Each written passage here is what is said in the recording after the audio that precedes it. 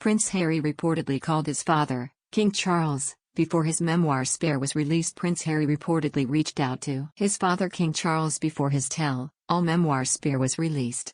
It came after the monarch is said to have refused to contact Harry after news of the book reached the king.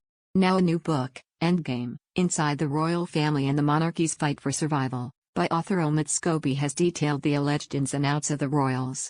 According to the writer, Charles was given chances to speak to his son while Harry worked on Spare.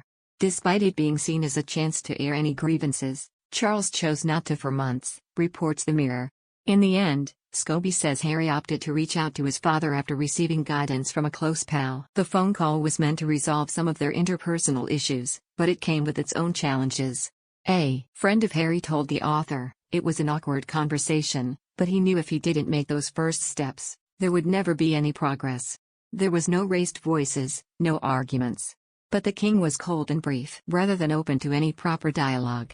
The conversation reportedly failed to achieve what was hoped. It meant Charles and his second son continued to have a strained relationship. But, Scobie revealed many in the family were unhappy with the way the king approached their conversation.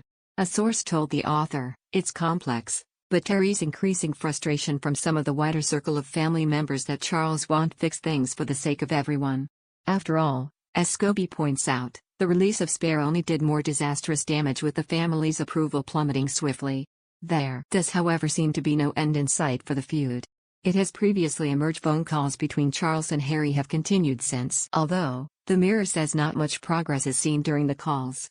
A source told OK Magazine, "I think for anything serious, it would require Harry to make a public statement of apology, to the king, to his brother, to all the British and Commonwealth citizens, acknowledging he made a mistake. Until he does that, these calls amount to nothing."